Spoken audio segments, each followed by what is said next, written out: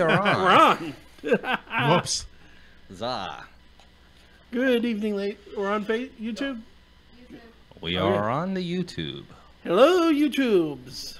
YouTubers in general. Good evening, ladies and gentlemen, and welcome to tonight's episode of Paranormal Encyclopedia. I'm your host, Kevin Mears, demonologist, paranormal investigator in the Paranormal Encyclopedia. Author Brian McKinley, godfather of vampire thrillers. Stage hypnotist, casual hypnotist, Baron Voltage, also medium-sized small. There you go. I'm going to keep making that joke until it makes sense. I'm telling you. Small, medium, at large. There you go. So after all the doom and gloom of talking about the ritual abuse panic, we've all agreed that we're going to talk about angels tonight. Yes. First, of course, I've got a couple of announcements to make, and of course, we've got to promote one of our sponsors. Yes. So, folks, if any of you are out there, and I'm sure you are readers like us, and you don't have an account yet, you really need to go over to Audible. Yes. audibletrial.com/paranormal, and the letter E as in elephant. audibletrial.com/paranormal-E.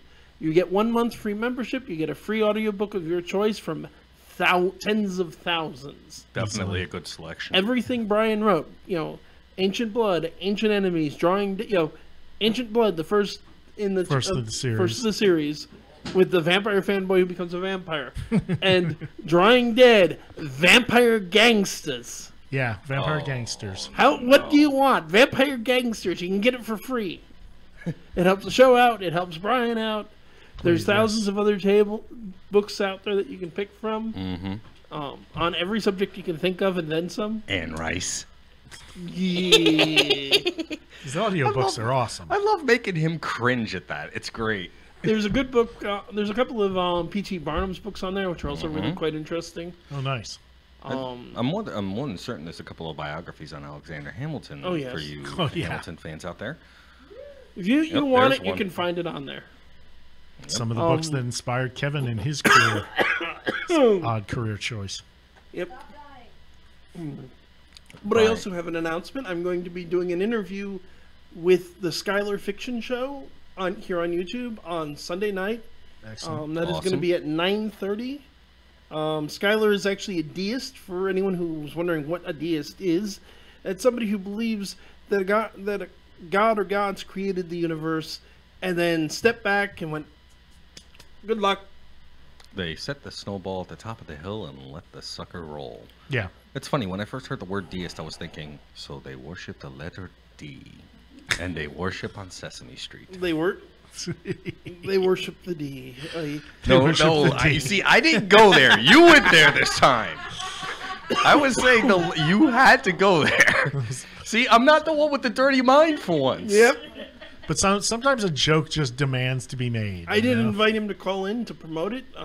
Maybe he will. Skylar, if you happen to be listening, do feel free to call in. Well, I thought you invited Dee to call in. Get your mind out of the gutter.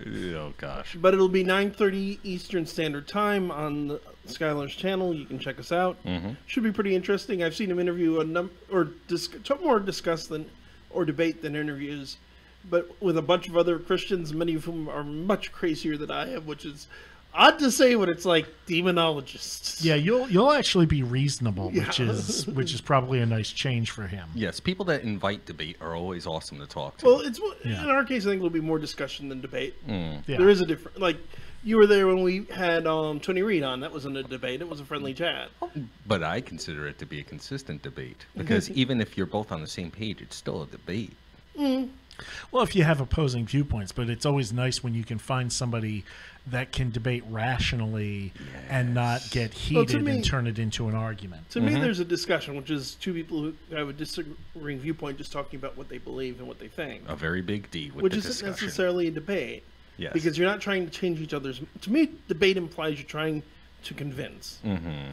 Then there's debate, which is a calm, rational, polite discussion. You don't necessarily think you're going to win, but there is at least an effort there. Well, usually you're trying to sway a third party. You're trying to convince the other person. You're trying to sway a third party. You're trying to present a logical argument for your case. And then there's an argument, which is, you're an idiot! Yes.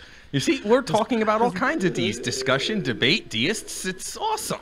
Tonight on Paranormal Encyclopedia, brought to you by the letter D. Yes. And the number 42. 42! Yes.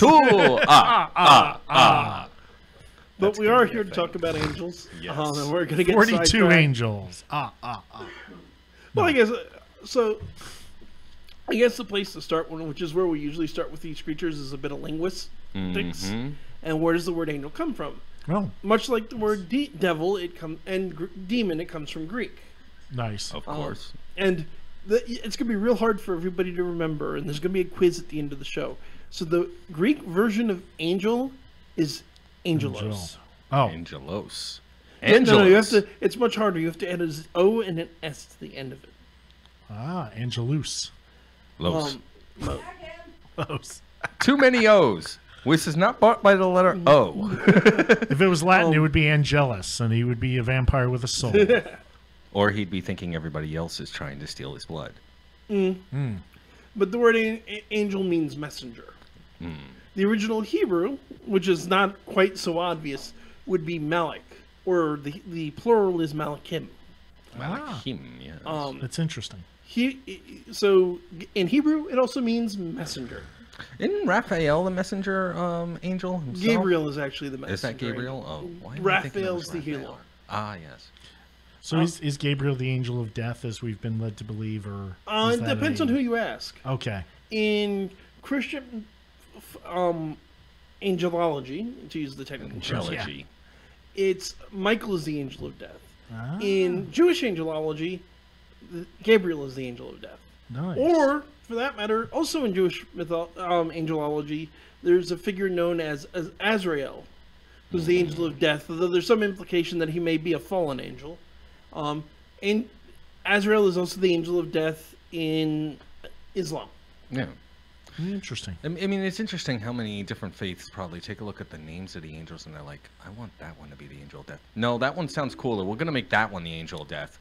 Forget well, and I wonder how much consistent debate. Again, how much of it is down to the notoriously difficult difficulty of translating Hebrew into other languages, because I've heard that's it's a tricky language. But then it can be very easily mistranslated. And then when they decided to start naming them all, they decided, okay, screw it. We're just going to put EL at the name of at the end of every single one of them. We're going to say EL means but do you know why? God. I'll bet you that means something. Right. Of God. Yep. Yes. And then make every single one of the prefixes in the names, give them an office. So for all we know, Gabriel, Michael, Raphael, Uriel, Azazel, Azrael, that may be just their title and not their actual names. Probably makes sense. Well, that's a particularly good question with probably one of the two most famous of all of the angels, Michael. Because in Hebrew, the name Michael means who is like God, which raises all sorts of complicated questions that get answered in a lot of different ways. So we know from the book of Revelation that Michael is... We'll get into what angels do, but one of the big roles angels serves is they're warriors. In Revelation chapter 12, 7 through 9, Michael's the one who takes Lucifer, curb stomps him, and throws his scaly behind into hell. He wasn't scaly when he got thrown into hell. He became scaly after the fact. He was the most a pretty beautiful boy. angel. Yes. But, I mean, even then, you gotta, say to yourself, is Michael the beta version of humanity? Well, this is where it gets interesting. One is... in Catholic tradition, the name Michael was the battle cry of heaven during the war. Michael! Since Lucifer's like, I will be like God, Tetsuo. the returning cry of the angels loyal to God was, who is like God? And another fun fact for people who don't know this, in traditional Hebrew lore, Hebrew is the language of heaven.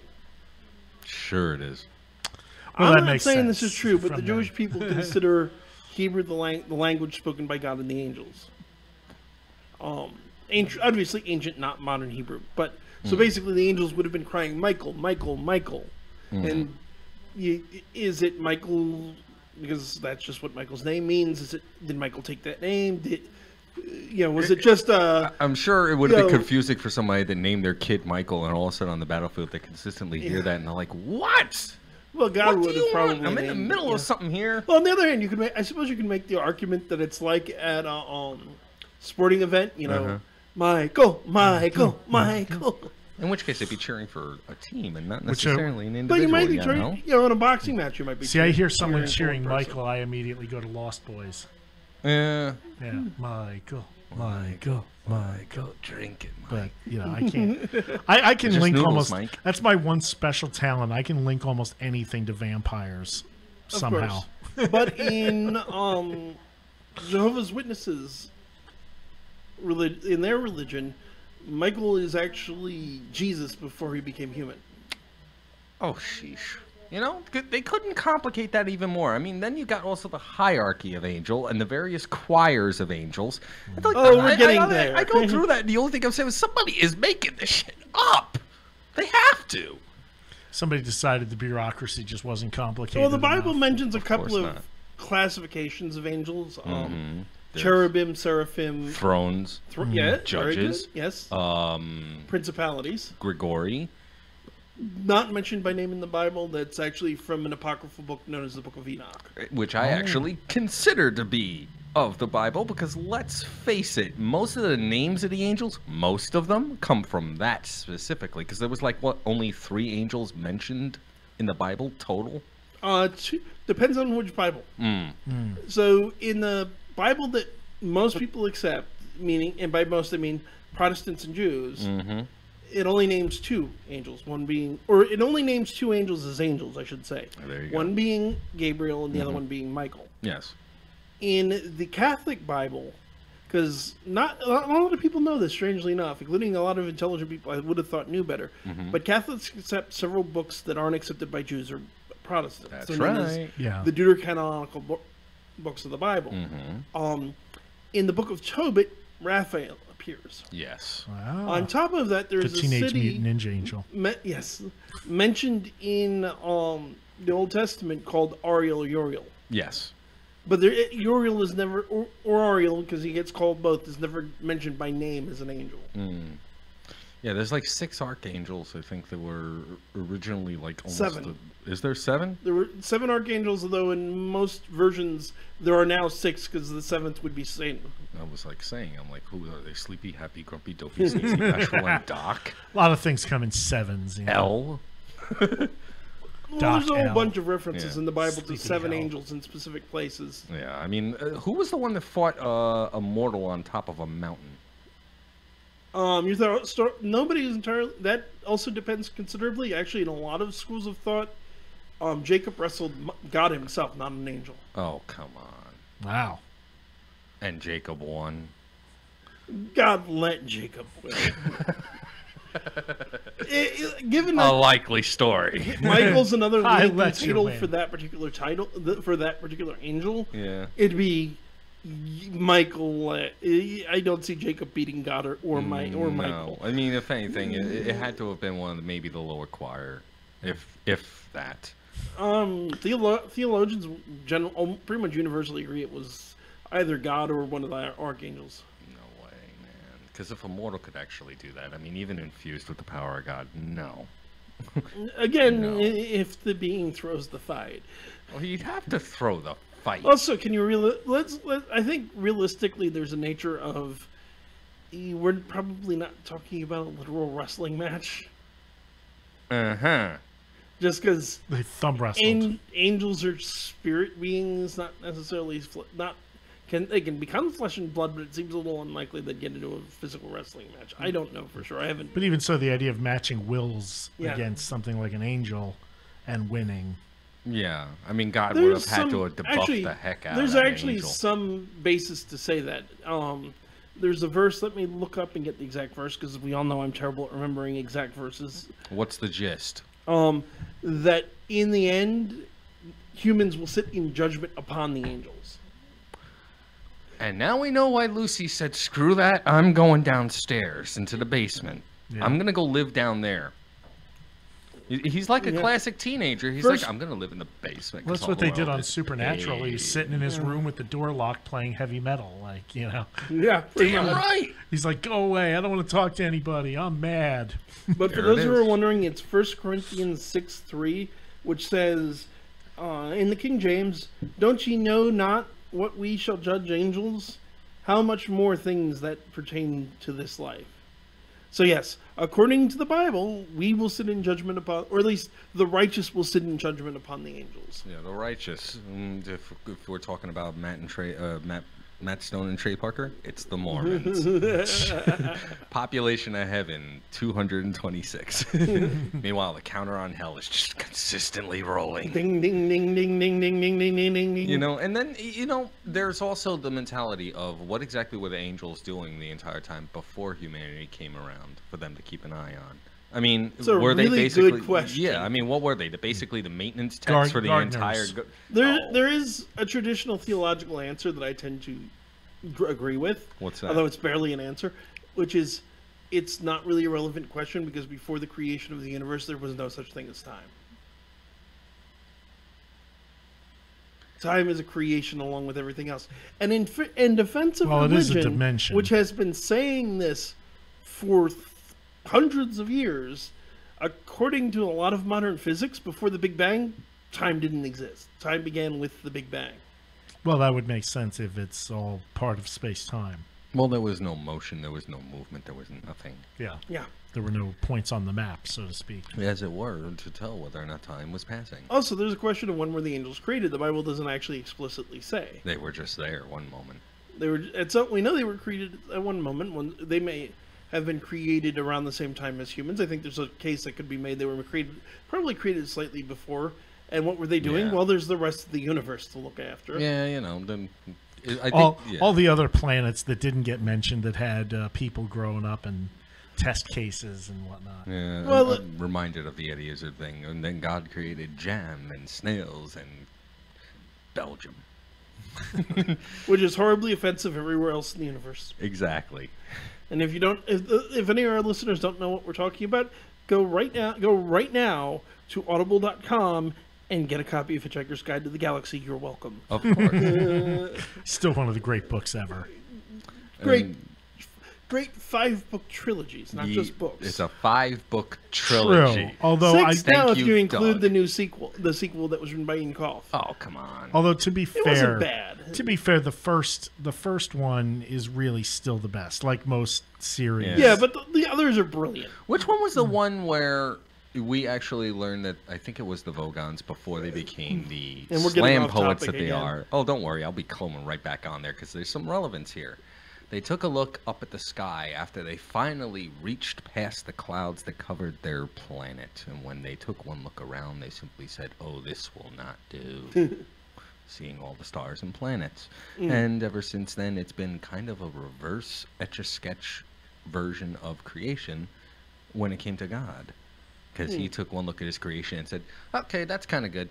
And, you know, you guys that I built up already, keep an eye on it. I'm going to go have a soda. I enjoyed the last message, you know, from God to. Oh yeah. The last message from God to His creation. We're sorry for the inconvenience. The inconvenience. Yeah. In 50-foot tall, fiery letters. Yeah.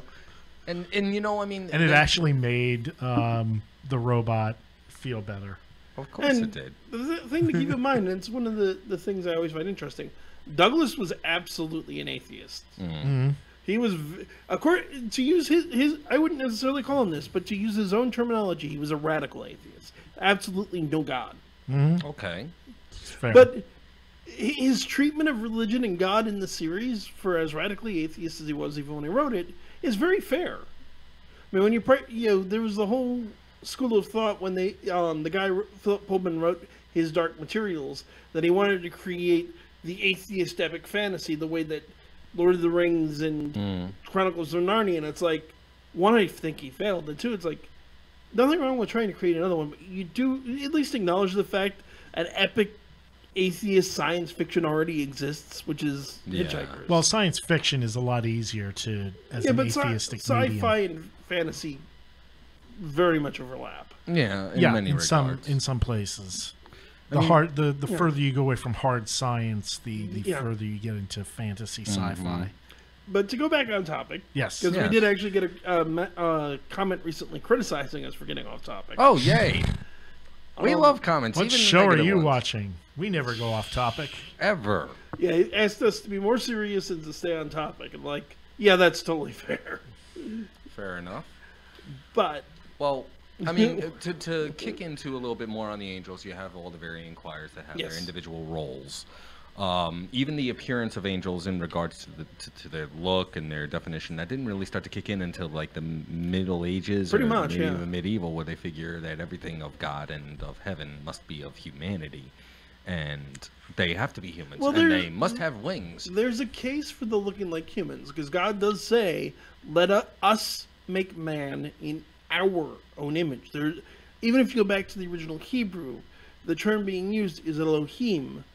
And in Hebrew, whenever a couple of Hebrew lessons today. Obviously. But I am at the end of a word means it plural. Mm. So El would be God. Well, just the name El is God. Mm. Elohim, gods, or powers. Cherub is singular. And the plural is cherubim. Yes. Not cherubs is not accurate, and cherubims is just painfully no. Yes. Seraph, seraphim, malachim. Yes. Be correct when you're Hebrew, young My man. pronunciation on everything is terrible. I acknowledge this. It's pronounced with a. Anyways. But got to get a little phlegm in there. Of course. You know. There is a question, and this question, the more you dig into particularly get into the Psalms, it becomes a bigger question. Because remember, the commandment is, "I am the Lord thy God; you shall have no other gods before me." Not there are no other gods. Yes, you can have the other gods after him. Yeah, but he's the one that's first. And for that matter, in Psalms, it talks about a council of gods, with Yahweh at the head of the council, and it's often the usual interpretation of this, and this is really a topic unto itself, is that the council it's talking about is angels. And it certainly, linguistically, it seems like it's talking about the archangels, but it seems also to be talking about something else that it's called at least demi. It's talking about something that people worship as gods. I think it's more to the tune of the individuals that I don't want to say are beneath, but are sort of like in service to that particular hierarchy. Because if you have God sitting at the top of the table, okay, you've got the angels, which is basically his entire army, the archangels being the individual generals of their specific command, okay, and you've got the humans that are more or less the logistics arm of the entire angelic host, as well as the maintainers of the base itself. And then maybe the other gods in and of themselves have their own variants, their own version, their own armies. And whenever they do have a tendency to fight, because let's face it, they do, you got the armies fighting amongst one another, and they did have a bit of a civil war. Well, there's also a concept in Angelology known as the principalities, in which there are angels. It's like, okay, this nation and its people are your responsibility. The most, again, coming back to prominent names again, Michael, for example, is given dominion over the nation of Israel, and is the protector of Israel.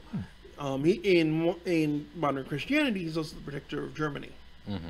Sounds familiar. But angels given, and for that matter, there's some implication that most, if not all, of the other principalities fell, because when it's talking about the various types of fallen angel, it talks about principalities and powers, which are both ranks of angel. Right.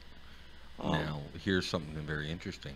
Angels are not built nor created inherently good. Some of them can be downright dicks. In particular, the one that was the patron angel of warfare and cosmetics. The one that is said to have been the one who corrupted Lucifer with the idea of pride. This is a new one on me. Ooh, really? Do tell. There's some bit where, while amongst the areas of heaven, Azazel recognized that his own nature was that to be one to corrupt, because he was in many ways to be considered the dissenter. And he saw Lucifer with all of his power and merely said to him, "You know what, you'd be great ruling right up on that throne." And I'm kind of paraphrasing along those lines, because then you got to ask yourself, if God created the angelic host in its entirety and made his most perfect of the angels, which is how Lucifer was described, his most perfect, then how in the blue blazes of heaven, hell, and earth can something that could be considered so perfect suddenly do something so negative? That's why I tend to be of the opinion and sinful. That there was actually no fall, that Lucifer is just doing his job. In which case, then, if there is angels, which is a school, there is a legitimate school of thought. Me being a deist, my actual belief is that, is what you were talking about earlier, that the Creator got the ball rolling and is pretty much hands off watching. Mm-hmm. We're basically the equivalent of the ant farm across the room, and he's watching and seeing what happens without any direct intervention. But taking on, because it's more fun to argue, if angels are real and if they're all doing this stuff. To me, it just even if God doesn't get involved, that doesn't mean there aren't angels getting involved. That's true. There could be angels and other spirits and things that are playing games down here, and there's two sides. But I don't honestly believe that you could know that something was all powerful like God, and then say, well, I'm going to rebel against him and hope to have a chance in hell of winning. I think you underestimate the ability of intelligent thinking beings to deceive themselves. Yes, and while at the same time there's that, but aren't angels really not supposed to be all that intelligent thinking beings? They're mostly an extension of the will. No, there's some truth to that too. There's some, but the thing is the one thing that all angels do not have is free will. Right. Or self-awareness. And that's it. And you would almost have to have that in order to do something that God didn't want you to do. Here's the thing. There is a question of, do angels have free will? I'm inclined to think they at least did. The difference is being that the difference between human free will and angelic free will is humans live their entire life making choices. Mm-hmm. Angels were given one big choice. Lead, follow, or get out of the way? Follow God or follow Lucifer? Well, back in the day, that second choice wasn't really in existence, now was it? But eventually, that choice did. Follow God or rebel would be the simplest terms. Every angel had that ability. Lucifer's the first one that went, okay, I'm going to rebel. That's my opinion. And there's other ways of interpreting it, and I'm not saying we're dealing with theology, and I'm not a theologian. This is my personal opinion. No, and normally I don't speak up a whole lot on theological issues and whatnot because you're kind of the expert. But as far as my opinion, I'm hardly an expert. No, I'm hardly an expert at all either. No, but I look at it as, if it exists at all, it exists as kind of a cosmic game of shirts versus skins. I don't actually think that there's a real fight going on. I think it's basically humans are cattle in, we're the cannon fodder, we're the toy soldiers on the field while they fight this out, and maybe there's an argument on the table. Pieces in a cosmic game of Risk. Yeah, pretty much. Yeah, and believe it or not, if it was an actual game of Risk and it started back then, it'd probably still be going on. Yep. Yeah, guaranteed. And that's kind of how I see it. That to me justifies why the world is the way it is because there is no I'll be honest, loving or caring or whatever on it. I'll be 100% honest. I don't agree with that point of view, but it wouldn't take a lot of work to make a theological case based on Scripture that's true. Because here's another thing people don't talk about a whole lot. If you read the Old Testament, particularly the book of Job, God is telling it's an argument between God and Satan. Yeah, and there's definitely an implication of Satan is doing God's will. There is the Jewish school of thought that Satan is just the prosecuting attorney of heaven. He's just an angel, which still leaves open there's still open the possibility that there's Lucifer, who is a fallen angel, because there is Christian schools of thought that Lucifer and Satan are two different people. That's understandable, because Hasatan was considered adversary. It was a title, not a name. Right. Well, it's Hasatan, the adversary. So it definitely implies it's talking about a specific individual. Well, I mean, the thing is that you take a look at the president. One day it's Obama, the next day it's Trump. Yeah, but even in most Jewish schools of thought, it's a specific angel who has a job. I mean, but it's a holy angel. It's an angel that works for God. I could certainly understand that. I mean, the one thing that tends to lead a little bit into it is maybe when Lucifer tried to rebel, he didn't get fired. He merely got demoted, or he got transferred to a new department. Because when you really think about the entire Angelicos, I mean, the entire basis of theology, it's very much like an office building. Every single department runs a specific aspect of reality, the reality being the entire office complex. You know, you've got God is in the CEO, the owner of the company, one way or the other. Okay, and his senior vice president, the guy that could have been in charge at one point if God ever decided to step down, was the one that said, screw this, I'm tired of waiting, and I think I could do shit better. Yeah. Okay, and I guarantee you, his toady right at his side, his secondary vice, is the one that got into his ear and said, yeah, you could, so let's try and do a hostile takeover. We should give the number out as well, given we're at the half an hour. Yeah, Certainly. people want to call in on folks, this. if you have an opinion, if you have a question, it's 609-807-2492, 609-807-2492. Indeed. This is I want to reiterate again, this is very much a question of theology, not a question of, you know, when we talk about demonology, I always see it as a little bit more of dealing in practical fact, because there's a demon hurting this person. The theology of, is it a fallen angel, is it a human that was corrupted, is it what this or is it that, is secondary to fixing the problem. Exactly. It's rather obvious, it's blunt, and it's blatant. So for me, even these questions of, well, what is Satan's exact role in the universe? I have opinions, I have beliefs. Facts. At the end of the day, no facts. And at the end of the day, it's not all that relevant to the day-to-day work of helping people. No. It's like... But it's an interesting topic to talk about. It is, it's a positive. Which is where we can sit back here and, you know, relax, kick back, and discuss theology, which is a lot of fun. And here's the one counter I would make to the argument that Satan and his demons are intentionally, knowingly, actively filling a role given to them by God. Why would God allow them to be kicked out? I'll throw you one better. Indicating that he would allow them to get out would mean that he had no prior knowledge of an action that would make him have to actually do such. And since he is omnipresent as well as omniscient and already knows how everything was going to go from start to finish, he knew that was going to happen. Well, that so it's I not have an an allowance. That I have an answer to, because I have a weird way of defining omniscience. But I do have an answer for your thing, though. It's that they were never kicked out. There you go. I'm talking about exorcism specifically, which is kicking them out. Kicking them out of a person. Sure, clear. that's like throwing a flag on the field. They got a penalty. They go back to the box for a while. But the game, like all of the lying and the stuff like that's agree. part of the game. That's their job, is to make people believe in evil and good as two distinct things so that we can choose. See, I agree with that to a point, because I think that's why God tolerates what they do. I just don't think I think they have this big plan of, I'm going to rebel and ruin people's lives and drag everyone down to hell. And God's just sitting there going, you guys think that, and here's how I'm going to use what you're doing against you. Well, see, that still lends to the idea that he isn't aware of what they're going to do in the first place. Which gets back to the fact that I have a different definition of omniscience than most people. Yeah. So when most people think of God being all-knowing, omnipotence, they mean he knows everything that is going to happen, has happened, ever will happen. I don't think so. My idea of omnipotence is actually much closer to and it's actually formed by quantum physics, specifically the many worlds hypothesis. Okay.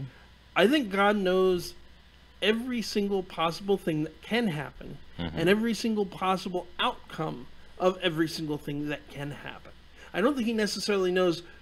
It's like if I roll a 20-sided die, I know that no matter how many times I roll it, the number is going to come up 1 to 20. That doesn't mean I know which number is going to come up. Okay. I will counter with this then. We indicate that omnipresence is everywhere at once. Yes. Okay. He is everywhere at once. He is not just in one space, and he's not occupying any space at any given particular point in time. Or time, yeah. Time is a dimension, which means it is a particular plane of existence. It is a space.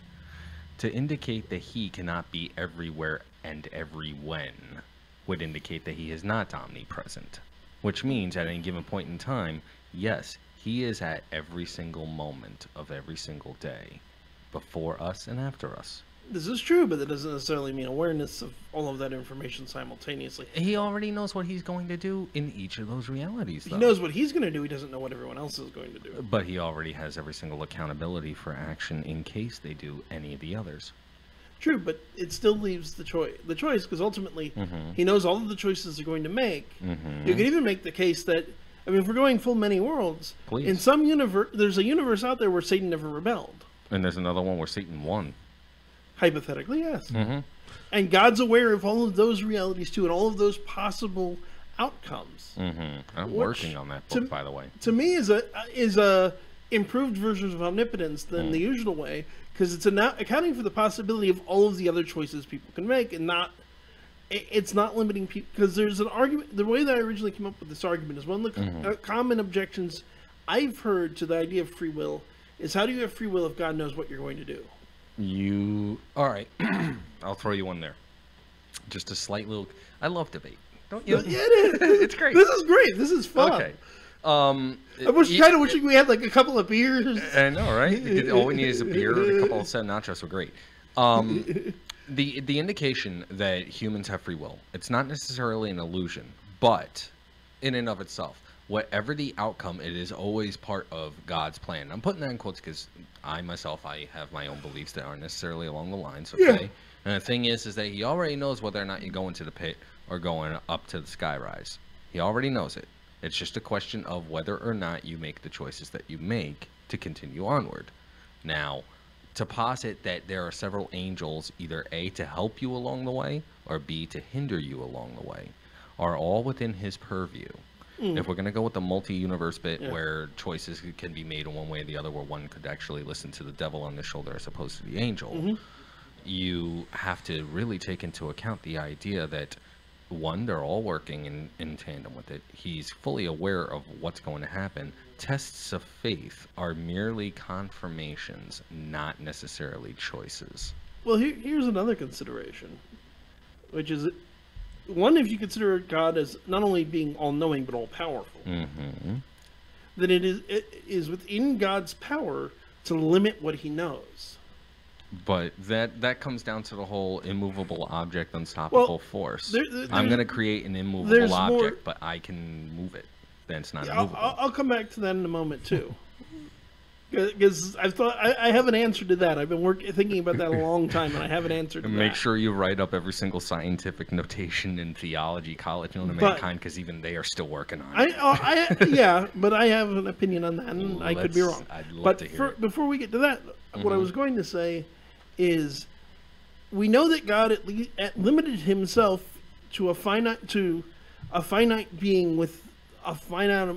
It seems to be a finite amount of knowledge in Christian theology, which would be Jesus Christ. Just an offshoot. If you consider, you have God the Father, which is the all-knowing, omnipotent force, the deistic force that started the universe and kicked the ball to get it running, and then you have God the Son, which is the part of God that's gone out to interact with the world.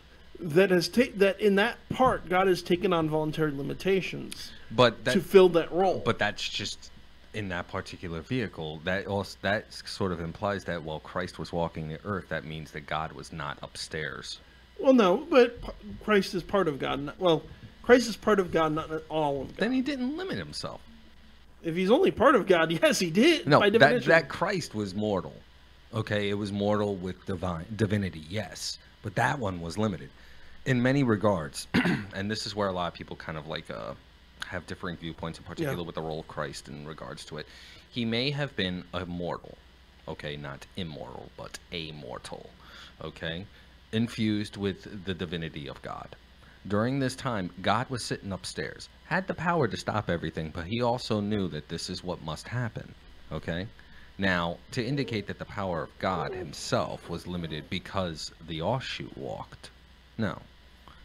If anything, God merely was, what's the best way to put it? You've heard of not submarines, but ships using the little mini ships like the DSRVs or whatever to actually swim around. I think that was basically what Christ was. He was God's version of an ORV. Something to be able to walk amongst the people, give them the opportunity to see the divinity of God. Because let's face it, back in those days, stuff was pretty damn twisted. Okay. But this is also goes into my answer to the can God lift a rock he can't can God create a rock he can't lift? Exactly. My answer to that one is yes. In two different possible ways. One of which is by placing voluntary limitations on himself. Case in point, I would argue God created a lot of rocks he couldn't lift because Jesus had lived with mortal frailty. It's because Jesus was part mortal. But he was also fully God. He was also fully God. That's where the beliefs get to be tricky. Well, I can also quote. We can also go right to First John 1:1, which says, and I quote: "In the beginning was the Word, and the Word was with God, and the Word was God." And that the Word it's talking about is Jesus. If you keep going, it's explicitly talking about Jesus. That Jesus was there at the very beginning of all time and was God. Then why did he need to be born through Mary? Because he's taking a physical form, incarnating and the physical form is what I'm talking about. That physical form was where the limitations sit. But so God did create rocks that he couldn't create because Jesus was God and Jesus wasn't lifting mountains. I'm gonna make a quick mention though that we are somewhat off topic on angels. We're discussing the nature of God at this point. Oh, it's logical. I'm just saying if you want to get back because we don't have a huge amount of time. But I do want to get back to other points on angels. The thought, but then we can get back to angels. Right. But so the other example I would give is that there is another way that God could do it, which is by he created the universe to act by logical, observable laws. If he broke that, then and created another universe where two logically contradictory things can exist simultaneously, then yes, he could both lift an object and not be able to lift an object simultaneously. True, in which case then you're getting beyond theology and you're kicking into philosophy. Yep. Yeah, but theology and philosophy are decidedly interrelated. Interrelated, but not necessarily the same. True, but the can you lift is a philosophical question to begin with. True. Yeah. Now, with the angelic host, therein lies their roles. They are meant to watch over humanity or influence humanity. Well, in fact, they have traditionally 4 roles. And Baron is absolutely... To be clear, I'm expanding, not correcting, because Baron's correct. Thank you. The most basic role that they serve is that they're messengers. It's right in the name. When, Muhammad was given the Quran, it was by an angel. When Mary was... there's a really, to me, offensive thing that people have said about Mary being raped by God. No. An angel the archangel Gabriel showed up and said to Mary, this is God's plan. And Mary said, I am God's servant. So there was consent. It wasn't like, oh wait, congratulations, you're pregnant now, you have a baby. It's okay, here's what God wants. How do you she consents. Yeah. She absolutely, clearly, unequivocally consents. It is not rape. But, which is nice to know, since rape does appear often in the Bible. Oh yeah. There are lots of clear examples of horrible things. And this is a big thing that's going to come up in my talk on Sunday, is about what the Bible says about rape and what the Bible says about slavery. And I'm going to be real unpopular with a lot of Christians because I don't believe, particularly Skylar's had a guy on the show who says that slavery's okay. Yeah. A black guy on his show who says slavery's okay because the Bible allows for it. Is it Ben Carson? Say no. Not for nothing. The thing is, if there's anybody that actually legit ends up having a problem with you citing something in the Bible that indicates as such, and they consider themselves to be Christian and are offended, just simply be like, read your text. Yeah, exactly. Well, my argument is I don't think God condones slavery. Oh no, I think God is very much. Here's the twisted part. Yeah. Angels in and of themselves, okay, they are the overseers of humanity, be it to talk to us, influence us, help us, and guide us, either to... Well, let me finish. Please, through the rest of the 4, because they're messengers. Because the messengers, they are judgment. If when the cities of Sodom and Gomorrah are destroyed, it's an angel of the Lord. When the firstborn sons of Egypt are killed, it's an angel of the Lord. That was Loki. When the great worldwide earthquake of Revelation happens, it's an angel that sets it off. You know, it's angels. Whenever judgment is brought down from God to man, angels do the dirty, or the hitman. Angels do the dirty work. It's a great speech from the prophecy yes, where he says just that. This is one of the many examples that the authors of the movie The Prophecy did their homework. Yeah, there's some good stuff in there. So the third role that they serve is warriors and guardians. Again, Michael kicking Lucifer out of heaven. There's an angel with a fiery sword who stands at the gates of Eden, keeping people out. Funny enough, and this is something else I wanted to get into, and I'll finish the fourth role and I'll come back to this. One of the most common groups of angels to fill this role are the cherubim. Yeah. They are not just for Valentine's Day, and they certainly aren't little chubby babies. Yes, they don't look like chubby babies. We're going to get to the chubby baby thing in a second, but we have the Renaissance to thank for that, I think. The Greeks, actually. But we'll get there in a second. But the last role that they serve is they watch. They observe what we do when they report it to God. There's lots of questions this raises about why does God need somebody to watch us when he knows everything. Right. But in Christian and Judaic tradition, angels watch humans and report back. I saw what you were doing in your room the other night. I know what you did last summer. Yes. On top of all of this, the question that we're getting to run back to the cherubim and the purpose the cherubim serve. So first of all, not chubby babies. They are. They have the bodies of animals with three faces. They're freaking 4 frightful. Wings, and often carry fiery swords. Yes, they're terrifying. Yes, they guard God in heaven. They guard the Ark of the Covenant on earth. They're carved into the Ark of the Covenant. They stand at the gates of Eden. They stand before the Tree of Life and the Tree of Knowledge. Their job is to watch things. In fact, Lucifer, according to Scripture, was a guardian cherub. I thought he was seraphim. Common mistake, but the Bible actually explicitly says he was a guardian cherub. Let me look it up real quick. And the thrones were described as basically flaming wheels with eyes all along the tracts. Almost like a gyroscope or multi-ringed gyroscope. Flaming, bright, and terrifying. Ezekiel 28:14 calls him a guardian cherub. Oh, there you go. Thank you. Nice. I like learning stuff. Yeah. That's why I'm here. But yeah, the cherubim and in Christian angelology, sometimes the seraphim are the highest ranking angels, and sometimes the cherubim are the highest ranking. Yeah, it's always a variant depending on who's doing the reading. So most people think seraphim because the prominent Christian angelologist and theologian would be Thomas Aquinas, and he put them at the top. The thing he did I disagree with is, one, he made Lucifer only an archangel, and two, he made Michael, Gabriel, Raphael, Uriel, and all the other ones that pretty much those are also archangels. Yeah. Which he made only the second from the bottom in the order. Yet again, it says right here, guardian cherub.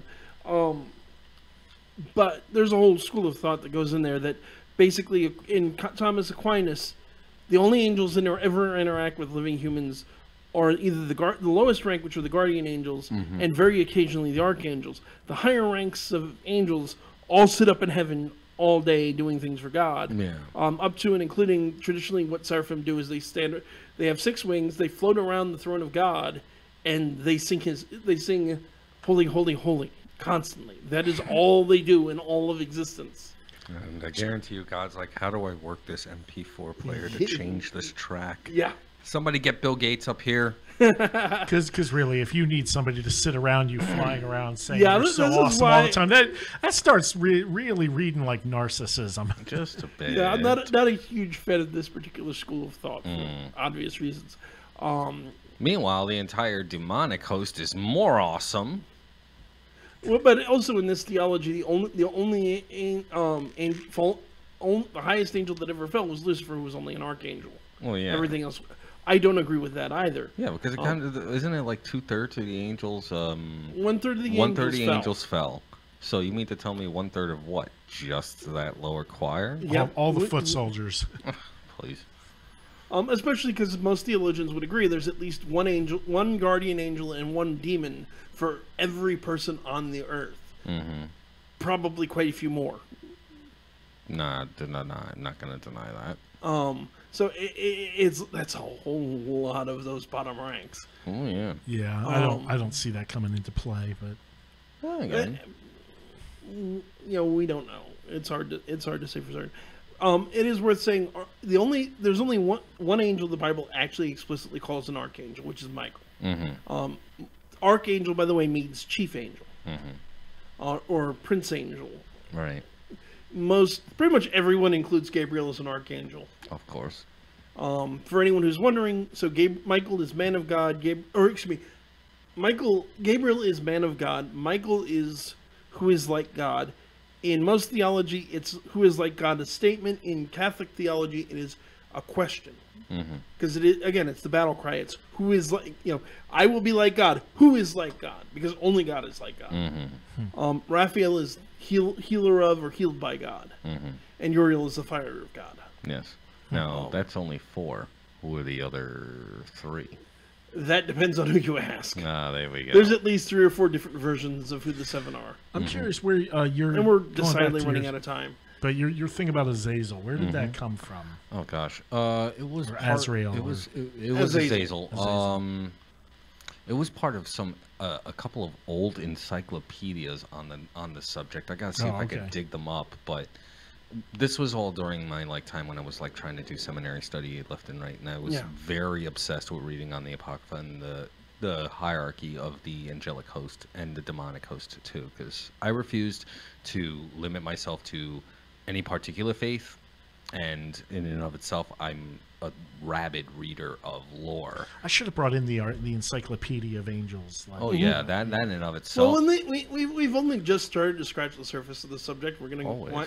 I'm thinking maybe after Virgo, we'll probably get back into it some more. We could go back certainly. To this, because there's a lot to dig into. Yeah, I mean, anything involving theology, hierarchies, one way or the other, there's bound to be tons. I mean, we could still delve into the demons, too.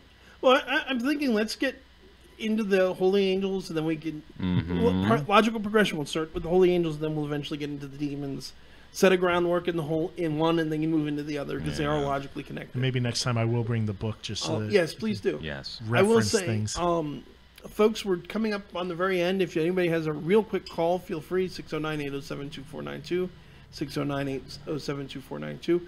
I also want to remind everybody to tune in on Sunday night.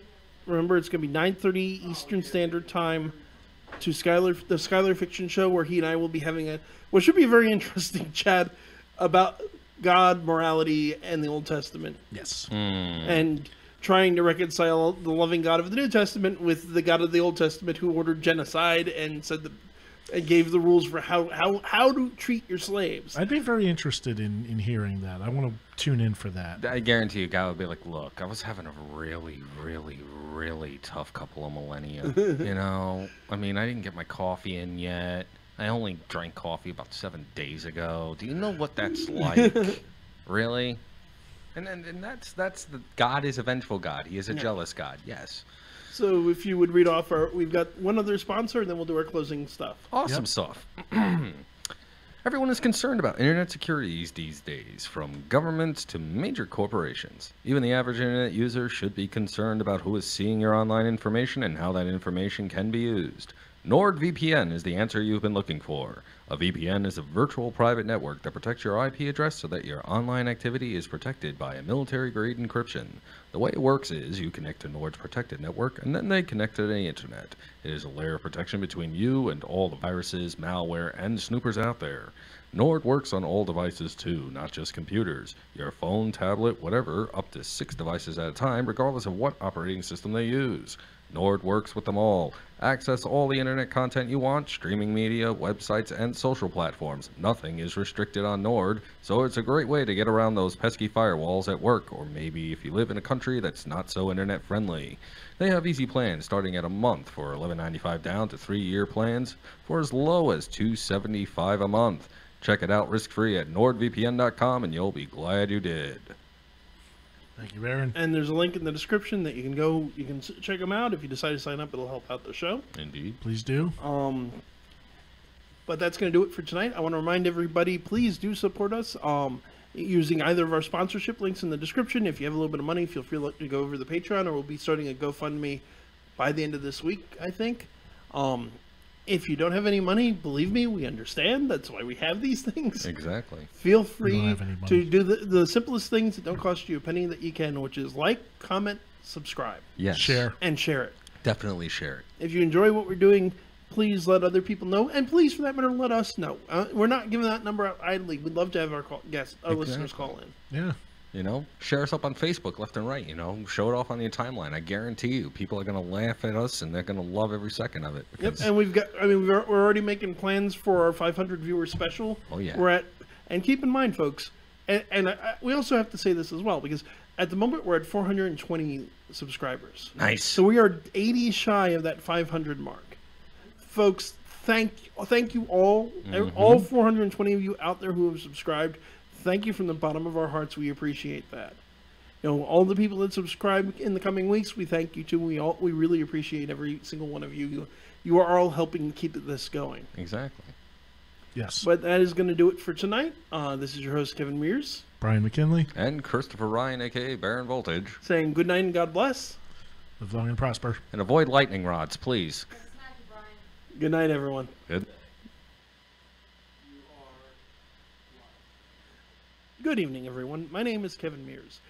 Many of you know me, but for those of you who don't, I am a demonologist and a paranormal investigator. If you're wondering what the heck that means, it means I am one of those people that goes into haunted houses and investigates to determine if there is a spirit there, and if there is in fact a spirit there, I'm one of those people who figures out what to do about it. I have done this for 20 years. I've worked with priests of many faiths. I've worked with exorcists. I was trained by someone many of you may know, the late Lou Gentile. Lou Gentile was a nationally known demonologist and paranormal investigator. Lou did thousands of cases. He hosted a nationally syndicated radio show called The Lou Gentile Show. I also co-hosted him with that for many years. We've always had a goal, Lou and I, which was one, to help people who have a problem with demonic activity in their homes, and the other is to educate people. The Bible says in Hosea 4:6, "My people are destroyed for a lack of knowledge." The paranormal is more popular today than it has ever been in our history. And there's a lot of incorrect information out there. You have groups out there that tell people that it's all just ghosts and there's nothing out there that can really hurt you, that you just have to learn to live with it. And that is wrong. There is help out there. There is hope out there. 3 years ago now, in 2015, I started a YouTube channel named in honor of the late Lou Gentile, Paranormal Encyclopedia. When I was on the show with him, he always teased me about being a walking encyclopedia of the paranormal. To honor him, I named my show Paranormal Encyclopedia. Last year, in 2017, I was lucky enough to join Hamilton Radio and get a much nicer studio, as you all can see right now, than just do it wherever I could set up my laptop. And now we have a really cool opportunity. So we do an hour-long show every week, Thursday night, 6:30 to 7:30 p.m. Eastern Standard Time. But there's a problem. See, the thing with radio is you pay for your slot, and then you get advertisers to pay you back. And that's how you also make money. The reality of it is, because it's internet radio, it's a little harder to find advertisers. We've found a few. We've been working with NordVPN, and we've been working with Audible. Thank you, Brian. Audible.com. But we have a chance now to go from an hour format to a 2-hour format, and we'd like to do this, but financially we can't do it. So we're coming to you to ask for help. We're going to be setting up a number of tiers. At the lowest tiers, you can get T-shirts like Brian here is wearing. I'm also going to be putting together a series of videos teaching people how to investigate haunted houses. I'm going to talk about how to recognize if you're dealing with a ghost versus a demon. I'm going to be talking about the history of the paranormal. I'm going to be talking about how to do electronic voice phenomenon and take photographs of spirits. The whole 9 yards are going to be hour-long lessons. I'm going to put them up for sale. At one of the mid-level tiers, you'll get all of those for free. And there's going to be a lot of other fun options. But instead of me talking all the time, I do have two great co-hosts for the show, so I'm going to give them each a chance. So, Brian, why don't you talk a little bit about what we're doing? Well, I think this show brings a lot of information to a lot of people, and it's kind of a unique thing, at least for me, to be involved in. I'm very proud to be part of it, And as an author, I write about the paranormal. I've never actually experienced any of the paranormal myself, so I bring sort of a open-minded skepticism to the show that and a little bit of humor, I like to think. But yeah, some of the things that are going to be rewarded at the different levels. If you're an advertiser, if you're interested in advertising with us, or you have a product, I write advertising copy that we use on the show. I can write an ad for you. My books, I will be giving away signed copies of some of my novels at various tiers. So if you're interested in vampire fiction, the paranormal, that kind of thing, that might be something you'd be interested in. But that's pretty much it for me. I'm just happy to be around. Now, when I first joined up onto the show, it was more or less as a guest. I was somebody that consistently called in, mostly because a lot of the subject matter on the show interested me.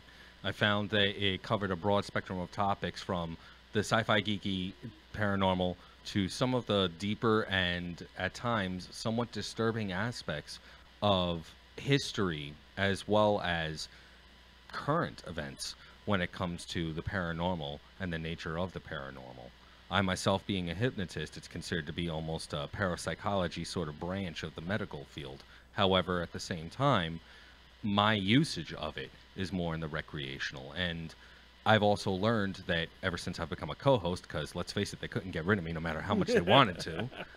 I know, it's great. But, you know, I found that in many ways the paranormal community is consistently growing. And the only way we can continue to grow is from support of people like you. So contribute, donate, do what you can. You know, Kevin's definitely going to be offering some definite educational material to you. Brian is going to be doing the same in his own way and all the awesome there. And I myself, you want to what? I will gladly instruct some folks on how to trance themselves out and give them some hypnosis as well. Wow. Which is something that, frankly, you do have to delve into some books for. It's easy, but at the same time, you will develop your hypnotic voice. And of course, because, you know, it's always fun if you do actually like, subscribe, and do contribute, you can continue to have me being the anchor, or best way, the counterweight to Kevin in many regards, because many of our shows involve a whole lot of debate. So the sooner you get us whatever it is that you can, and the sooner you can show your support, the longer we can be on, and I guarantee you, you will not regret it. It will be awesome, and you will never say you didn't give.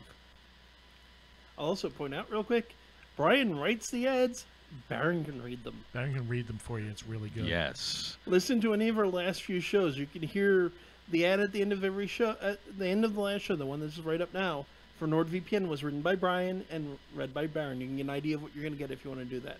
But that's going to do it for this. Thank you all so much for your time. And again, good night and God bless. Exactly. And avoid lightning rods.